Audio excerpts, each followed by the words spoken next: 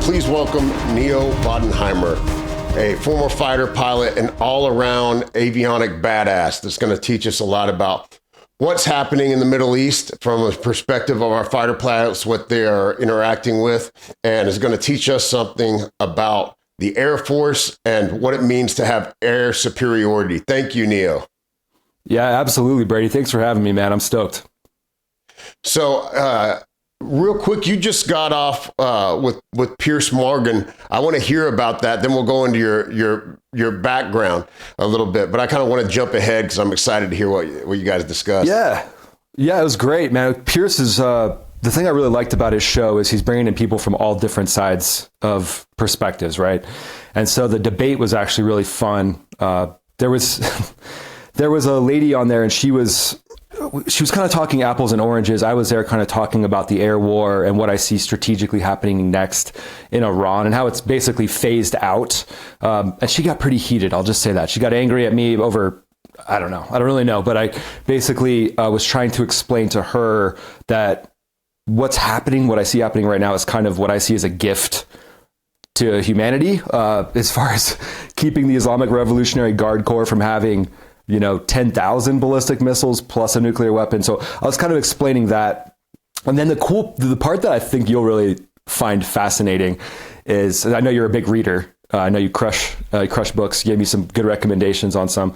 But there was a dude in there, and he was an Air University professor. And so I, as an Air Force officer, basically, started off in pilot training. I went through 12 years of active duty flying, F-15Es, Thunderbirds. And so I basically sat through a lot of these leadership courses with academics, like the academic world. The U.S. Air Force and U.S. Army, Navy, they bring in academics to give us the doctrine, basically. It's not really strategy. They try to say it's strategy, but it's doctrine. And then we take it and it's kind of like this learning experiment. And then we apply it to the battlefield. And so he goes on and he starts trying to talk like a tactician. And I'm like, whoa. I'm like, hey man, you're about doctrine. And if we had people like academics in charge of tactical decisions on the battlefield, we'd lose every single battle that we've ever fought. So you can probably appreciate that. I'm no fan of foreign wars, but I do believe that we saw what happened in North Korea, right? And so now that's going to be like a generational concern. So you have that familial dissension of authority over nuclear weapons, and it goes into the hands of a limited few that are really just there to enrich themselves, which is very similar to what you were seeing with the Islamic Guard that was profiting from the oil production, and none of that was getting back and wasn't creating a middle class in Iran. So I don't want our boys on the ground. I don't want people subjected to getting blown up. But I also think that at some point when you have this kind of what they used to call the, what was Bush's term for Iran, Russia, and China, the something of terror.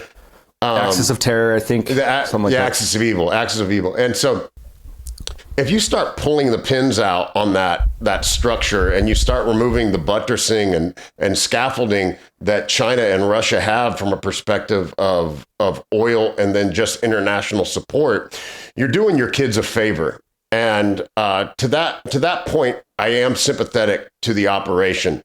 Now, to the extent and the length that it goes on, the amount of investment that we are subjected to paying for, in this case, borrowing for, those are left to be answered. So you have to remain agnostic on a lot of it, but you have to be able to see that removing that threat, whether it's not even, everyone focuses on the nuclear weapons, and I'm not so much focused on the nuclear weapons as I'm focusing on just having an active agent of terrorism that is going to be attempting to counter American interest. And so you got a guy in there that's a decision maker. And you and I, we talk about just making decisions and moving forward. We have relied on those academics for too long, and all these brain trust in academia, which would never make a dollar in the private world and would never win a battle. So that's my perspective on it. What's your thoughts? Yeah. So when we think about North Korea, a little bit of background. So I went to the F-15E, and what we do in fighter squadrons is they put someone in charge of the O plans, the operational plans. And it's a super cool job because I like to read. I like to know a little bit about geopolitics. I just kind of love that stuff. And so as a fighter pilot, I got to do that in my fighter squadron, not only like being privy to a massive amount of classified information about the IRGC, Iran's leadership, like what their goals are in the world. I mean, something I can share is like they literally showed us a map that they have that establishes Islamic caliphates around the globe. And basically Sharia law is now like the go-to doctrine they want the whole world to be under. So things like that I got to study and learn and then understand if we start to apply tactical air power to this problem. What does it look like? What does the conflict look like? And so I think a lot of people now are like, hey, Venezuela happened in 24 hours, right? Or, 20 minutes. Quick fix. Which is great. I think that's amazing. But when it comes to this one, I can't share like the exact timelines because obviously you don't want the enemy to know the exact timelines of what's going to happen. But the phases take a lot longer than Venezuela. So this could be weeks, could be a couple months of the phases. So we went through the air phase, which was take down the integrated air defenses, allow air superiority to roll in. And then at that point, you can just have your way with the IRGC's command and control. But what is the IRGC going to do? And this is going back to the strategy of it all. They're going to fall back on their roots, which is terrorism. A zebra can't change its stripes. There's a reason why the Islamic Revolutionary Guard Corps has built Hezbollah and Hamas, right? Because they're terrorists themselves. And so they're basically just building themselves in other regions to wreak havoc. So now they're falling into the terrorism phase where they don't really have any hard military power anymore at all. Navy's gone. Air Force was gone. I mean, their Air Force didn't really do much anyway. Ballistic missiles are down 90%. Drones are down 90%. So what are they going to do? Terrorist tactics in the Straits of Hormuz. That's what they're going to do. And that's something that I read about for years. This isn't a surprise. This is something that we all in the military world saw coming, but it is frustrating. And from a civilian perspective, it's frustrating to see. And so what I noticed with that academic guy, though, I would gladly debate him again.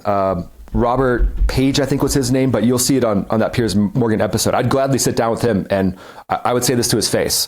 I think the thing that he's missing is he's just taking the headlines that he's seeing from, questionable news outlets, and he's seeing that as what the strategic results are on the battlefield. He's taking that as gospel, and then he's trying to say, like, we're not making any progress. The Islamic regime is strong, all these things. And I was like, whoa, dude, like the truth of it is Islamic Revolutionary Guard Corps has never been weaker. And their military has been crushed. But yeah, now we do have a problem in the Straits of Hormuz, which is an issue that we have to deal with terrorists now. So we're not really dealing with the Islamic Revolutionary Guard Corps as a military. Now we're dealing with them as terrorists. And that's a whole different phase of the operational plan that the U.S. has planned for, but it doesn't happen overnight. Like, think about Hezbollah and Hamas, right? You chop the head off the snake, another one comes in. Kind of similar right now. Does that make sense?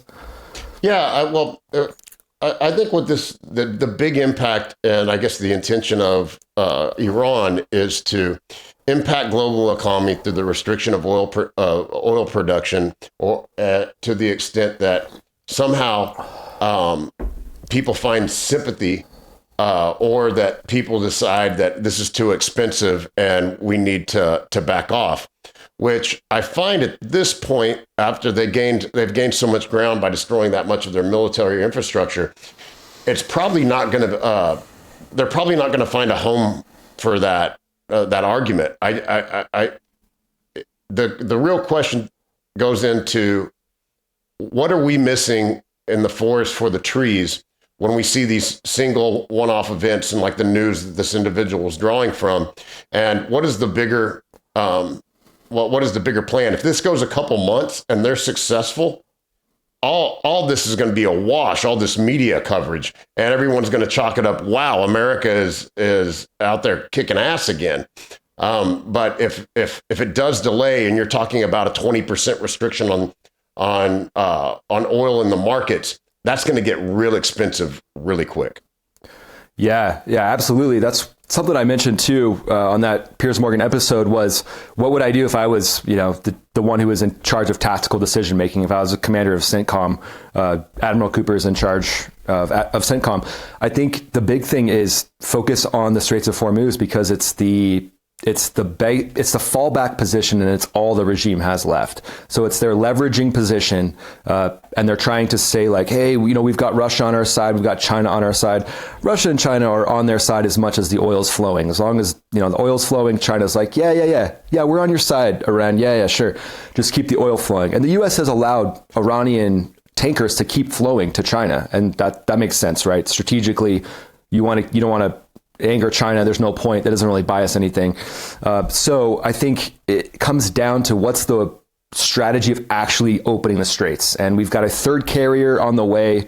That'll just be more naval force, which is huge. And then I don't know if this is going on, but I hope there's some very advanced drones. Drones can detect, there's incredibly advanced drones likely that can detect mines. They can detect UUVs, which are underwater unmanned vehicles. And that's something that Iran is relying very heavily on right now. So getting as much, American naval power there, striking the coastline of any place that could potentially launch these drones, because a lot of it's drones, but there are UUVs as well. So basically hammering that whole coastline is what the U.S. Navy is doing right now. It's what the U.S. Air Force is doing right now, hitting these specific spots where the proxy warfare is coming from.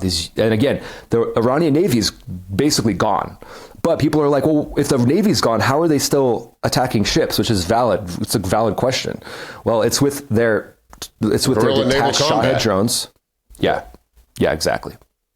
I got some information this morning that ports were destroyed, I think in UAE, that were destroyed by drone attack, and that accounts for about 1.25 million barrels of production. And so that's going to take a minute to come back on. So there are going to be trailing effects that are caused from the remediation from Iran's plan. And I also think it's kind of funny that they send out drones and say, no, that wasn't ours. It's kind of an interesting mock-up. But if you were Iran, what would you do? Yeah. Well, cause as much pain and chaos as you possibly can with your last remaining, death throws. So, you're going down like you're basically that boxer who's just kind of swinging, hoping to get a hit. But yeah, it's not nothing. Hitting a port with drones, that's going to affect and cause chaos. So yeah, even though it's a one-off, again, 90% reduction in their ballistic missiles, 90% reduction in their drones, a one-off from a terrorist is terrible. You see these active shooters, it's a one-off, but it still impacts a lot of people and it's very damaging. So it's chaos. And at the end of the day, they're going to rely on their terrorist routes to try to cause as much chaos as possible. So that just takes tech, leveling up the tech, leveling up ballistic missile interceptions, drone interceptions, high-powered microwave. We're probably entering an era where high-powered microwave anti-drone technology is going to become mandatory at these ports. Like, these ports should be outfitted with advanced technology from companies like Epirus, Anduril. The military-industrial complex can handle this, but it's going to take some time to get those systems over there. And at a certain point, I think we're going to see the Islamic Revolutionary Guard Corps' ability to do this ramp down. But there's some command and control or something right now where they're still executing these strikes, right? So we got to take that out and then counter any one-offs, right? Just like you would counter active shooters. You position strategically SWAT teams near a concert, so just in case something goes down, we know the soft spot, so to speak. Yeah. And so and everyone's asking this question though. And without betraying any trust or confidence or oath, what's the plan? Do we have a plan, or is it we're just going to keep killing the leadership until we get someone who we recognize as cooperative? Is there some other plan outside of that? Yeah, so there's a few different priorities that I think are really well spelled out. So the first one is eliminate their ability to launch ballistic missiles or drones. So we're close on that one. So that's number one priority. They're down 90%. So continuously striking any place that could launch these things. That's what the Navy's doing right now. That's what the Air Force is doing right now. There's a thing called the ATO, Air Tasking Order. And so right now that's likely pretty full of anywhere that could potentially house these drones or ballistic missiles. So that's number one. Number two is cut off their ability to prop up these proxy armies. And so Hezbollah, Hamas, and to me, that one is interesting because there's kind of a bonus objective there because I don't see anybody in this regime giving that up, right? Because that's the only thing keeping them going. That's the tactics they're using. So to me, that one does mean keep striking the leaders until someone comes along and is like, okay, like we're not going to have proxy armies. But I think there's a snowball's chance in hell of anybody we've seen in that inner circle actually agreeing to that. So yeah, maybe that is an objective that's going to continue to go until they find a leader who can actually, agree to that. The third thing would be their Navy is gone. So that's what we've seen. Navy's gone, but that one to me is more of a Straits of Hormuz objective now because the Navy's gone. Big ships are gone, but now you got to keep I think the point of that objective was Straits of Hormuz open. And then the fourth one is no nuclear weapon, which again, that might be a regime thing as well, that you just got to get a different regime in to even make that happen, because that was part of the negotiations to begin with. So those are the kind of the four main things. So I forget the name of it. Is it Karg Island, where the majority of the production comes from? So if, like anything else, Putin famously said one time, if you want the answer to any question, find out who's getting paid. If you have an answer, and so which directs people to go to where the money is. And if that's their primary source of revenue, would it not just behoove us to take that island over as quick as possible? So in the United States, the average lifespan of our wells right now, the average profitability of a well is 2 years. And so that's pretty quick production. In Iran, you also see this steep decline in oil production. And so that means a couple things: that they probably don't have a lot of cash reserves, and that cutting off their production is going to affect them quickly. So would it not be the more intelligent thing for us to do to just take that over?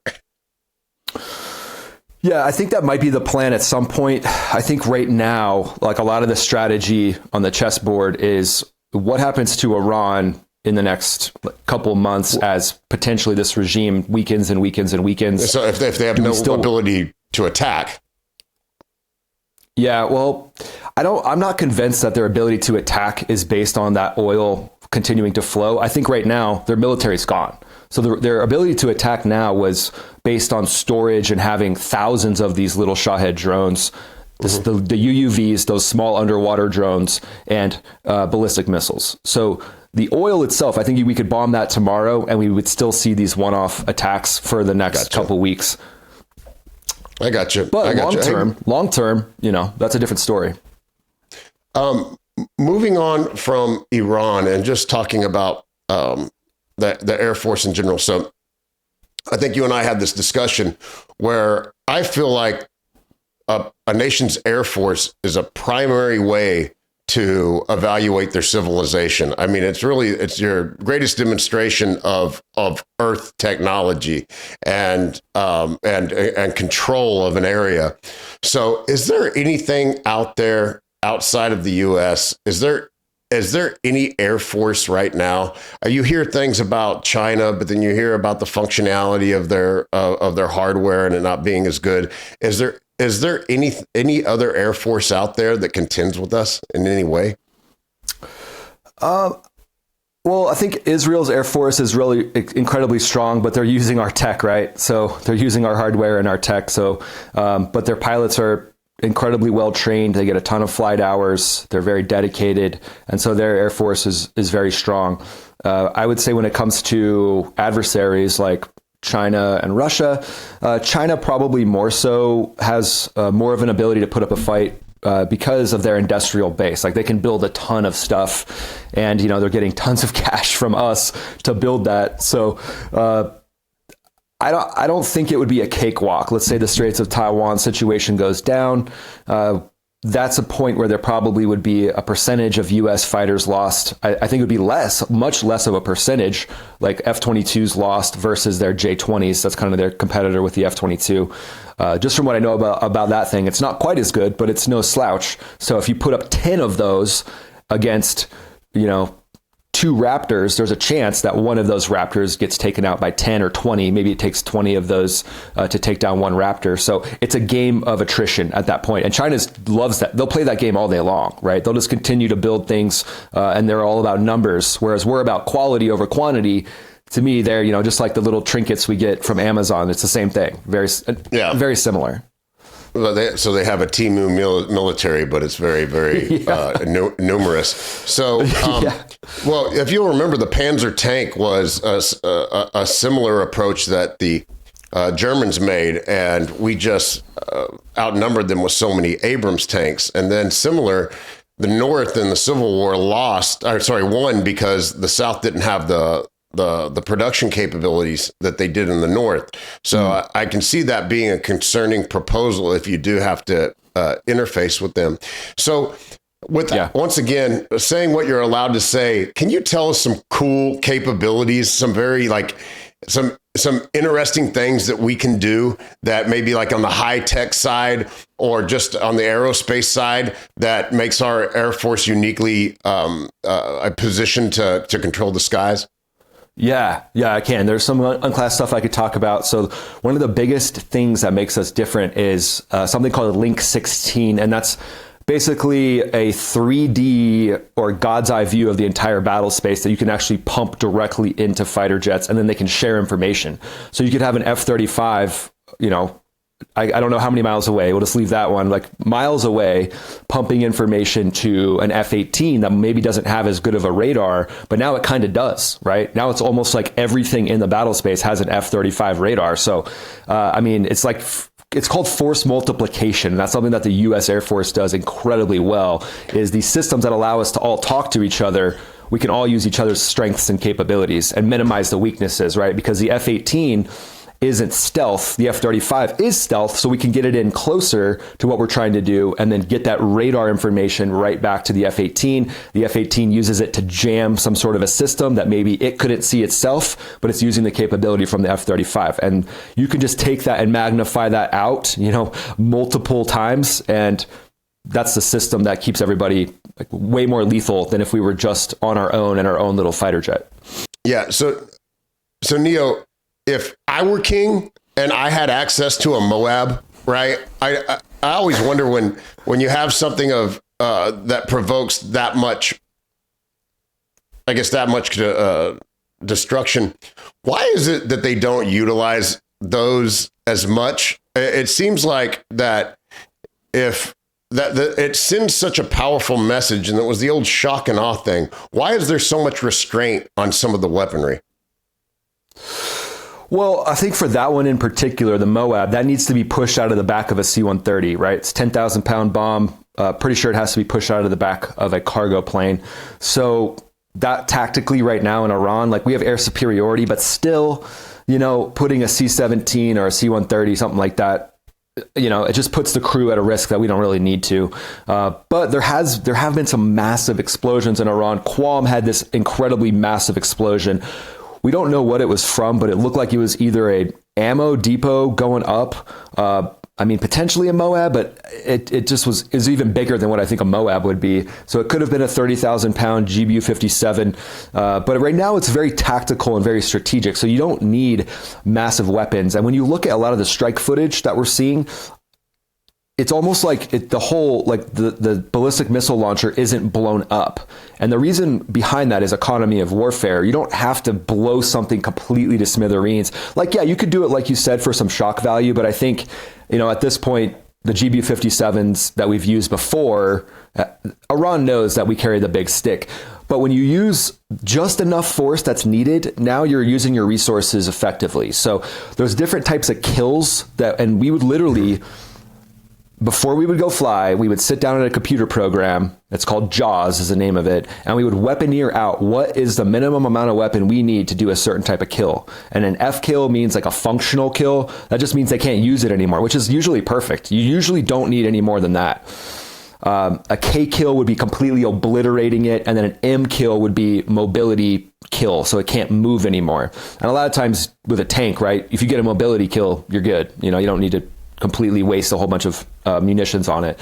So a lot of it's tactical and strategic and using, them just enough to get the job done, but not so much that you're using resources from somewhere else. Of the unclassified weaponry, what is the most powerful weapon to the disposal of the fighter pilot? Yeah. So for the fighter pilot, it depends. Like flying in the F-15E, we did something called air interdiction. So it means like fight your way in, air to air wise, and then fight your way out after you drop bombs. So there's a couple different tools that you need there. So the AMRAAM AIM-120, very highly capable air to air missile. That's your best friend. Like going into hostile territory.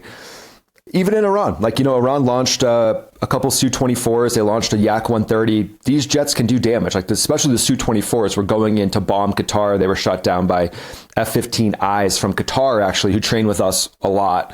And so those Qatari F-15 pilots, they likely use AMRAAMs, AIM-120s. And that's, again, the very, very accurate, extremely reliable. So we're talking like almost 99% reliability rate with these missiles. Incredible. So that's your best friend. And then going in to drop bombs. There's a 5,000 pound bomb that the F-15 can carry that can bust through bunkers.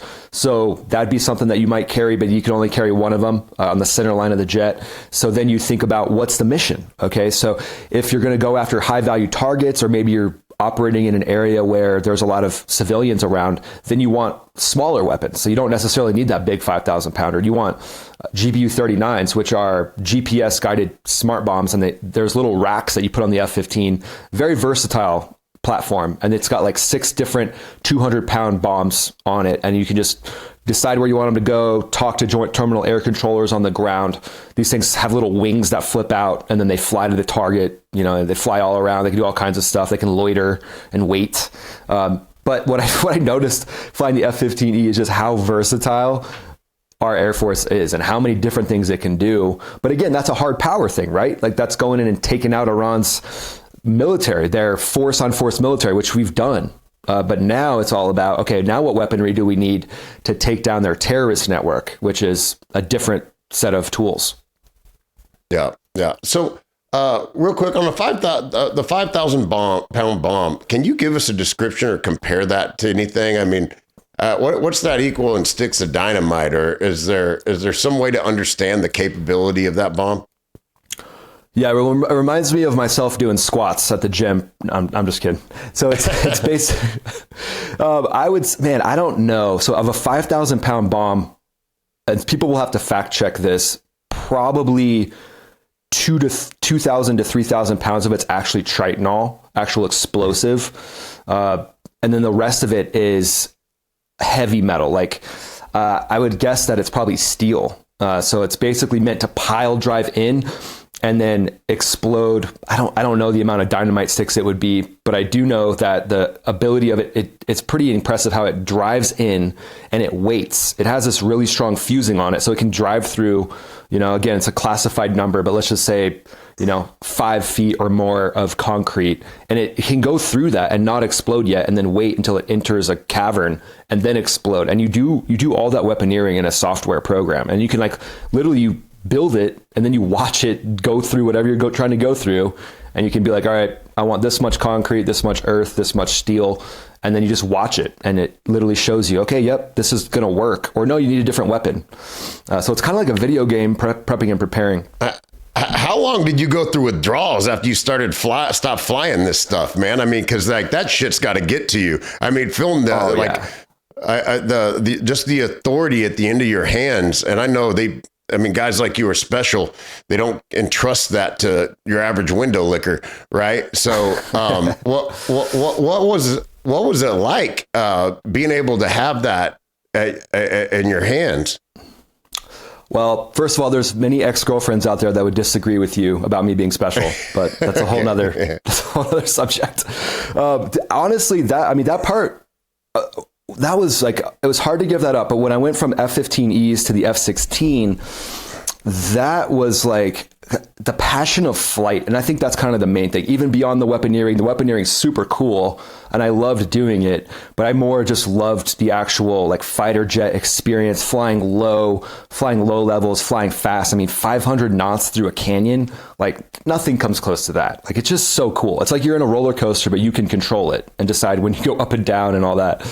But flying on the Thunderbirds was like the biggest adrenaline rush I can really. I mean, combat was incredible, but there was a lot of moments of just like, you're up there just waiting, right? Just holes in the sky. And then all of a sudden, 5 minutes of extreme chaos and violence, and, protecting the forces on the ground, which was amazing. But on the Thunderbirds, it was like every time you got in that jet, your adrenaline system was at level 11, because you're just given the keys to the Corvette, and they're like, all right, cool. Go do air shows. America's like, hey, here's a $30 million budget. Take these 6 F-16s and go do air shows. And oh, by the way, your training is flying 100 feet off the ground, 500 miles an hour, 3 feet away from another plane. Like, it was just so much fun. And going from doing that for 2 years, the way the team works is you train, you fly for 2 years, and then you become an instructor. And so even as an instructor, I was still flying almost every day. And I can remember, I mean, think about it, like 3 years of you're flying these high performance aircraft. Like a race car driver maybe would feel this as well. But after stopping, literally I went from every day for 3 years to stopping, and it literally felt like withdrawals. Like, it felt like I was a drug addict for adrenaline. And so the way I countered that was just crush the gym. Like, I found myself, it'd be 2 a.m. I'd wake up in a cold sweat and I'd go to the gym and work out for 2 hours. And then I'd be like, okay, I think I can get through the rest of the day. I mean, you're trying to replicate replicate that neurotransmitter rush. Dude, totally.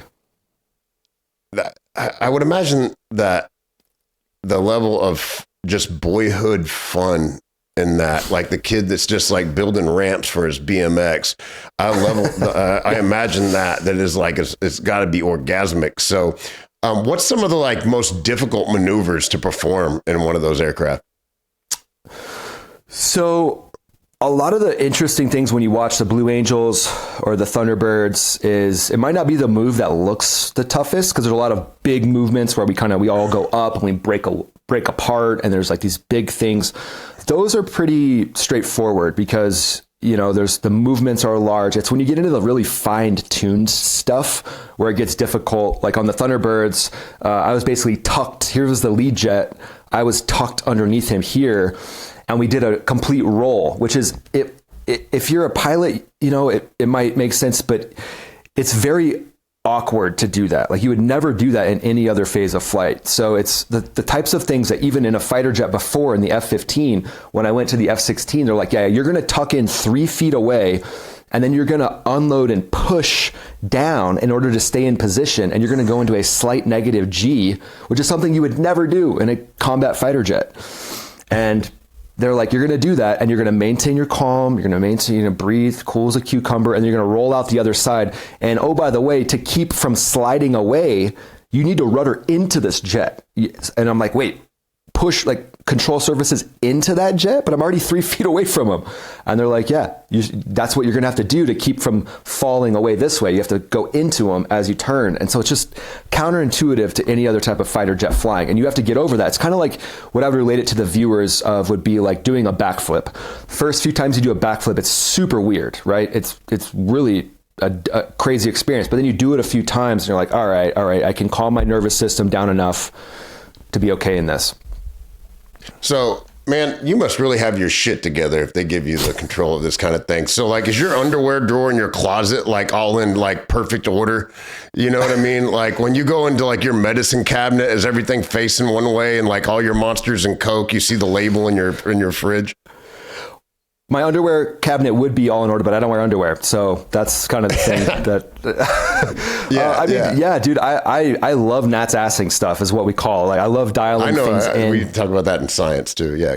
Go ahead. Yeah. So yeah, dude, I'll yeah, maybe it's a little OCD or whatever, but yeah, my house is clean pretty much every single night, like to a T before I go to bed. Like I'm that guy who's up for half an hour making sure everything's clean. So yeah, it is a little bit of perfectionism that I have. But I think a lot of high performers have that, and I've heard people say like make your bed and then the rest of the day is easy. I do take that and I take that mindset. I mean, I don't make my bed every day because I've got higher priority things to do, but I'll make sure that my channel, like my YouTube channel, everything is Nat's assed. And then if like I release a video and it doesn't pop to where I want it to, I'm like, okay, how do I fix this? And I try to like rescue it, try to fix the thumbnail, try to fix the title. So that perfectionism from flying definitely translates into the rest of my life for sure. So, I wanted to get into the mindset of a guy that goes through this. A couple of things. So when you're talking to young Neo and you're looking back on, because you had to really subject yourself to a lot of things. You had to be involved in you had to be a government employee first of all, and then you had to subject yourself to military, which you're literally like signing your life into the hands of other people. But was it just blind ambition that drove you, or what was it that got you involved in this? Well, just to be honest with everybody, it's kind of a family business. So my grandfather flew B-21s in World War II. My dad flew F-4s and F-16s in the Cold War. And then, I kind of saw that. I saw that was a possibility. So I think that was always in the back of my head as a young kid of like, oh, this is possible. And then I just started to realize like, well, what do I want my story to be? Like, do I want to, and I thought about becoming a doctor, and that would have been cool. That would have been awesome. Help people in that way. But I was like, is there a way to like capture my ability to want to like help and make a difference and also do something badass? Like, can I do both of those things?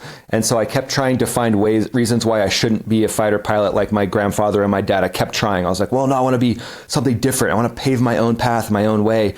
And then it came to me, after I fought it for a while, after 9/11, 9/11 happened when I was a junior in high school. And that really, I saw my friends going into the Army, the Marines, and I was like, oh, I've had this fighter pilot thing in my head for a while. And I'm grateful. Like I was a middle class, like right straight in the middle of middle class kid, patriotic, grateful for what I had. And it kind of aligned with, okay, do something that is service oriented, but also something badass. And I wanted to wear a helmet to work for a while. Mm-hmm.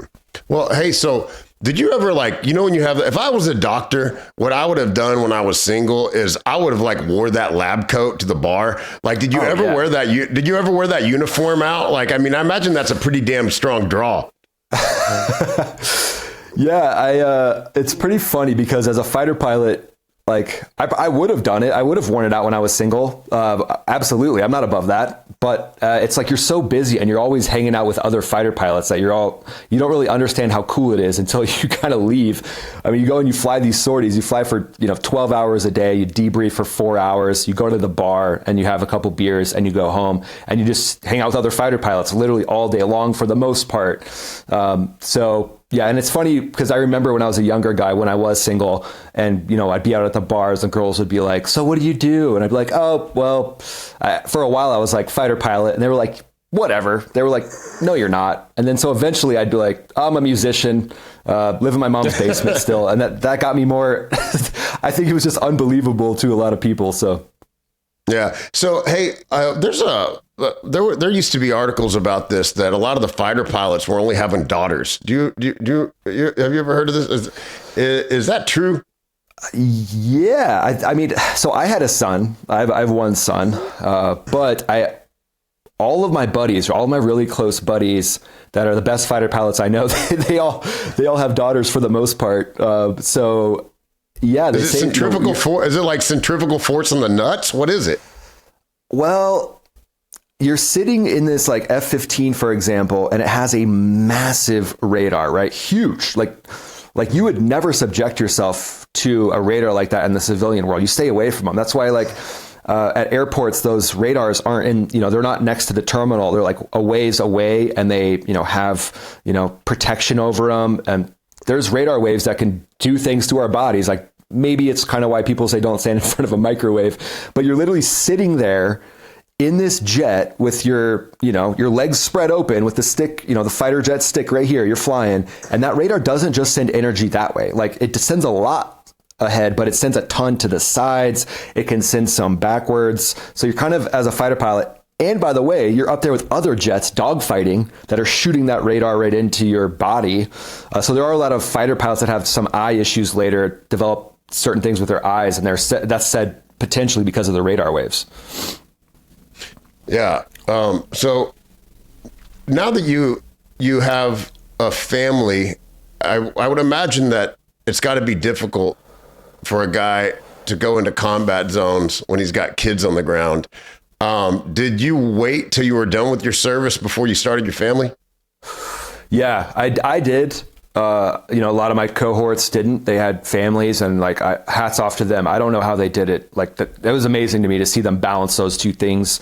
But for me, I don't know. I just don't think I was that good. Honestly, I needed to be one-minded focus on flying.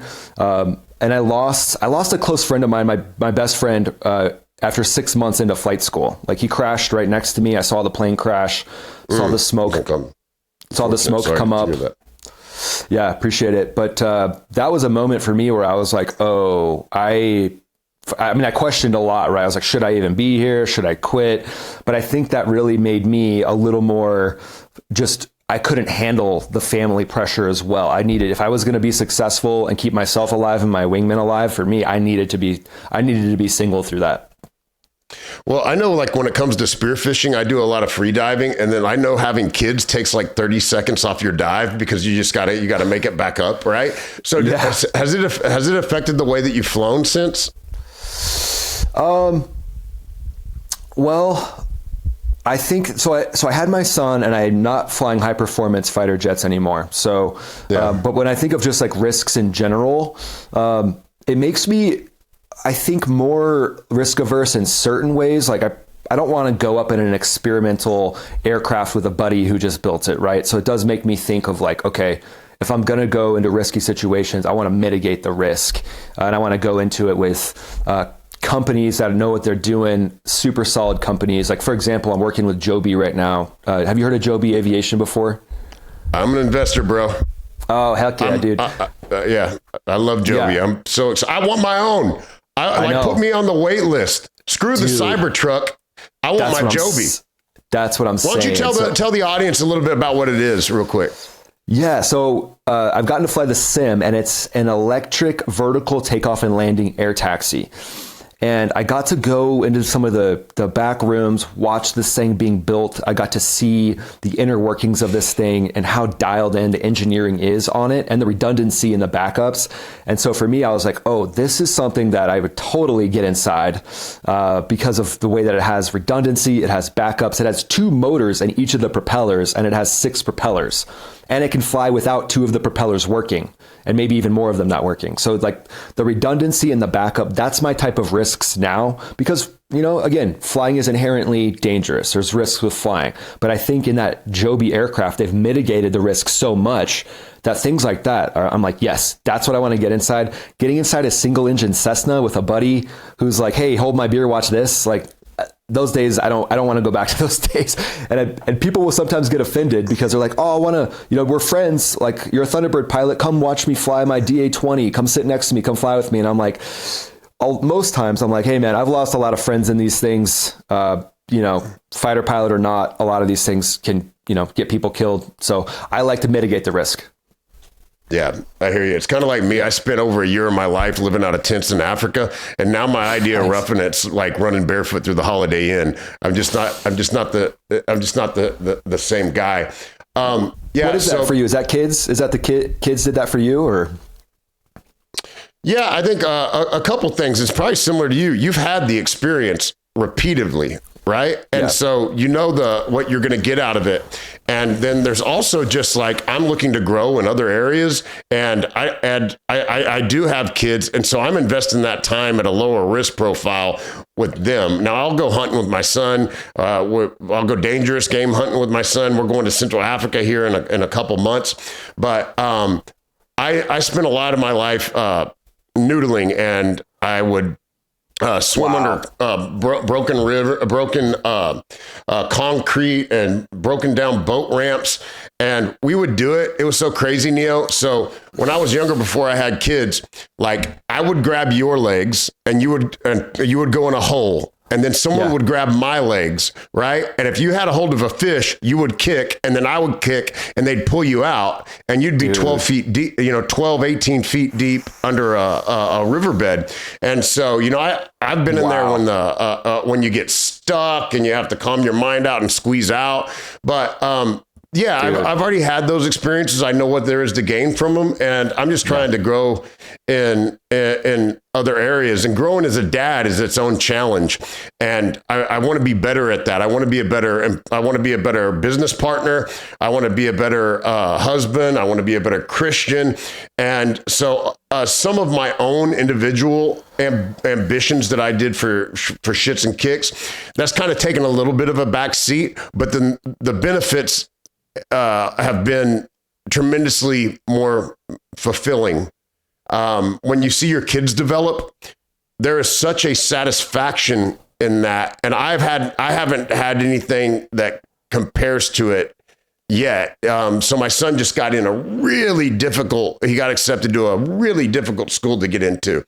He speaks Chinese, he speaks Spanish, and he won a world championship at jiu-jitsu. So I am like very, very happy just to keep investing time with him and watching him go. I mean, a spectator to a life like that you've helped develop is so enjoyable. And I encourage people, if you might have your hot rod project out in the car, you might have you want to get your PR up on your squat or bench press, but doing those things through your children and watching them do it, you'll get more life satisfaction, and it will give you a solace that allows you to step back a little bit and kind of let go. So yeah, I think parenting is a great avenue to satisfy your wanderlust.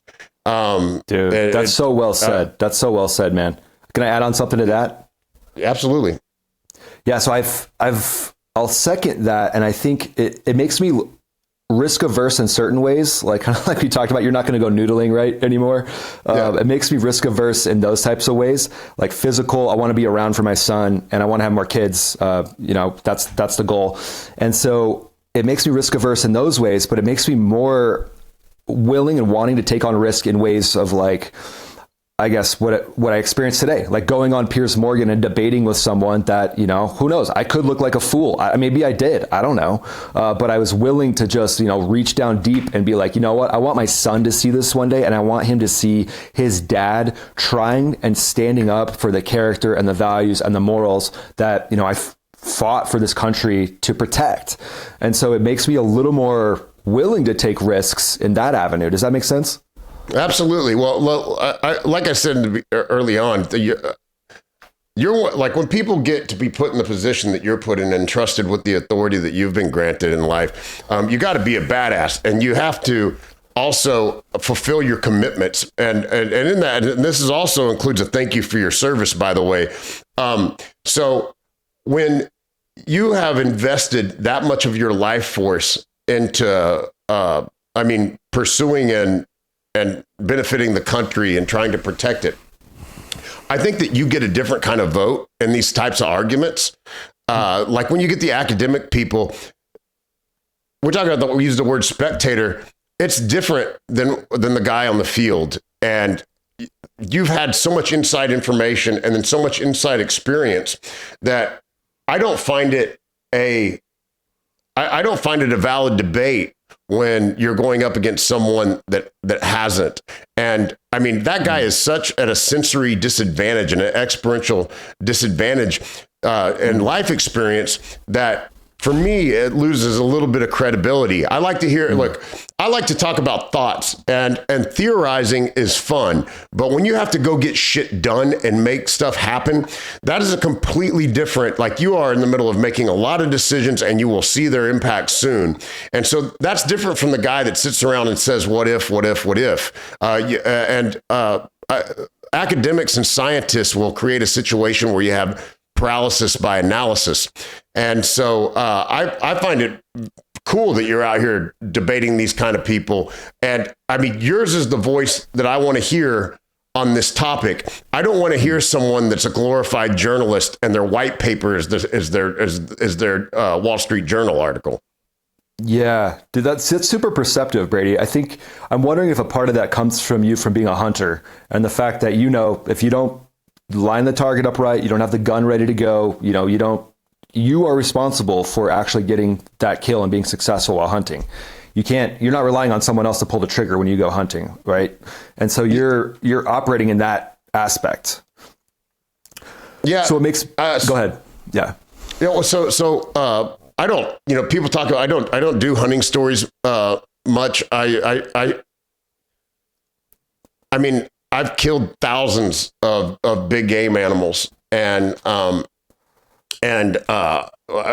you talk about the effect on that and like local communities and around the world, and then you start thinking about, hey, that's just an animal, and it has an economic value to those communities. But when you're talking people, and you're talking about geopolitical consequences, that is a fucking level that I am far removed from, because like I'm a nincompoop in that discussion. And you're dropping 5,000 pound bombs on people that are, that potentially have a way to respond that will result in the loss of human life. What did that responsibility feel like? Yeah, well, yeah, I'd love to tell you about that. And then the thing that I'll just say about academics that I think has been really tough on our society is I think academics are great if they're humble and they realize they're not teaming up with what they're saying or what they've experienced with actual real world experience. And I'm specifically focused on like the military, right? So if an academic comes out and says, well, theoretically, this is how it's going, or this is what I see, that's cool, but there should be that prefaced with, but I don't really know because I've never been on the point of the spear to see how my theories play out. Right. That would be great. I would respect an academic that would say that, but typically they don't, right? There's like a pride thing there of like, I'm a doctor or whatever. And the pride gets in the way, the arrogance gets in the way. And I think it spins narratives to young people that keep them from understanding how the world really works. That's my soapbox on that. But when it comes to combat, yeah, I think the cool thing that I think is with the aviator and the American fighter pilot is we're disruptive, creative thinkers up there in that cockpit. And that was something that I'm really grateful for, to become a part of an organization like the Air Force and the squadrons I was in that encouraged me to think differently. And a lot of credit goes to the leadership that the Air Force does a really good job of trying to develop aviators and point of the spear people that have the academic knowledge, but they default to what's the real world situation. And I had a squadron commander that helped me. I came to him before deploying, and I was like, boss, here's what I'm seeing in this counterinsurgency manual. I think it was by David Petraeus.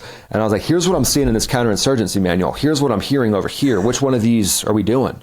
And he's like, well, it's a combination of the two, but you are the judge, jury, and the executioner up there on these combat missions. And I was like, Roger, sounds good. And so that's the mindset I took, but I did take it upon myself and a few other core group of other fighter pilots where we read the counterinsurgency manual front and back. We're like, what's the objectives over here? What are we trying to do in Afghanistan particularly? And I realized okay, if we just go for medal count and bomb count, we definitely killed some insurgents. Absolutely. But if that was the ultimate goal, then that doesn't actually align with the strategic objectives of the counterinsurgency manual, which is the strategy of the day at the time. And so I had a situation in combat, just one of many, where I'm flying over a town square, and the JTAC says, JTAC's a joint terminal air controller, the ones that we're talking to on the ground. And he's like, hey, there's going to be 5 dudes that are going to walk out of this mosque. You're cleared hot as soon as they walk out. Cleared hot is the verbiage they give you when you're cleared to roll in and strafe or drop a bomb. And so I'm like, sweet, I can't wait to take these guys off the board. These are bad dudes. Can't wait. They walk out of the mosque, and then we're about to roll in and strafe them. And my backseater goes, hey, I've seen other contacts in your pod, in the pod. And that's a little screen. I pull up his pod as we're about to roll in. And sure enough, I see little contacts, which are heat signatures around the outside of the town square, which is what terrorists and insurgents do. They have kids around them all the time, but at least, not all the time, most of the time. So that's one of their strategies, right? They come out of the town square and they walked up right to a group of kids. They get the kids with them. And I'm like, hey, like, we're actually not going to execute this attack right now. And the JTAC's like, say again. And I'm like, oh, he can't see what we're seeing. I'm like, look, I'm seeing 20 kids in the town square. We're going to follow these guys out of town and we're going to kill them outside of town. And he was like, yep, awesome. Totally get it. But I could have rolled in and eliminated them right there. That's within the rules of engagement. I mean, collateral damage sucks. And I think it's terrible, but there's times, especially if terrorists are going to surround themselves with human shields, that at some point it becomes a legal target. They are a legal target. And that's what we see with like the IRGC right now in Iran. A lot of their headquarters have moved to be underneath schools, underneath hospitals. That's just what they do, right? But I used my strategic brain in that situation. I saw that they had motorcycles, and I was like, oh, these guys are going to come out here. They think they're safe. And the motorcycles had like big, huge radios attached to them. And then sure enough, like 3 of them each jumped on a motorcycle. And the motorcycles just haul ass outside of town. And I'm like, perfect. The kids aren't with them when they're hauling ass outside of town, right? We waited till they were outside of town. We struck them then. But that's me using discretion, because I'm like, I don't want to. First of all, like, I want to be a dad one day. At the time, I wasn't a dad yet. I want to be a dad one day. These are innocent kids. If there's anything I can do to spare their life, you bet your ass I'm going to do it. And then secondly, if I did take down those kids and they were collateral damage there, now, let's say there was 20 kids. Well, great. I just created 40 more insurgents because their parents are now insurgents. So did I really help? Now it's a blood oath against the people that killed their family, right? Well, yeah. you meet. I've met. It's interesting. Kind of 3 different levels of people that interface combat when it comes to taking out the enemy. I've met the foot soldiers. That I really feel like they wear it kind of differently because it's so up close and personal. And then I've met pilots that flew helicopters, attack helicopters, and Air Force. But then I also met some guys in I'll just say a Western United States city that were working the drones, and they'd work like a 9 to 5 schedule in Vegas. Yeah. And they'd be blowing people up all day. Then they went home to their kids. And I thought that, and after a while, it was really hard to wear that. What is it like for you to wear that and have to carry that around? Yeah, it's definitely, it's shocking at first, having taken lives. I dropped probably, 15, 20 bombs in combat. And the nice thing about my situation is I was deployed, right? So I was at Bagram Air Force Base. Like, I got to decompress. We would, after our missions, there was a fire pit. We would go smoke cigars, talk about what happened, decompress as best we could. We're fighter pilots, so we're not exactly like emotionally vulnerable, but we're talking about what we saw, what we felt, what we learned, how can we kill the enemy better, but it's a bit of decompression. So that was great. And I think for a while it was a little shocking, but I did prepare myself prior to going, because, I'm a Christian. I believe, in God, and I don't think killing people should be anybody's first choice. If you can avoid killing someone, I think that's great. That shouldn't be the first option. It should be like option number 50. So I think I went to my faith a lot, and I realized, what am I doing? How am I going to come home, and how am I going to get post-traumatic growth out of this? Because, at the time, and obviously still, like, post-traumatic stress is a real thing. But it was really kind of big, and people were starting to talk about it. I had seen a couple fighter pilots that had deployed prior to me, that there's just something that wasn't right, mentally. And I was like, okay, I don't want that to be me. I want to be very aware of what I'm doing, and aware that taking a human life is not a good thing, but I can come back and hold my head high, knowing that I kept American forces and coalition forces alive. And so I basically, every night after a mission, so let's say I dropped a bomb and killed some insurgents, I would literally keep a tally of how many American forces I probably kept alive from that, because a lot of the guys I took out were planning roadside bombs, maybe those roadside bombs that they were going to plant the next day. And this was just me kind of like being creative about it. I was like, well, maybe he would have killed 5 people tomorrow in a convoy. So cool. And so I have a journal where, I've kept over 100 in my mind, I've kept over 100 U.S. forces alive. And some of those are obvious, right? Some of those I kept like high value teams alive, and I can count exactly how many of those members I was there for.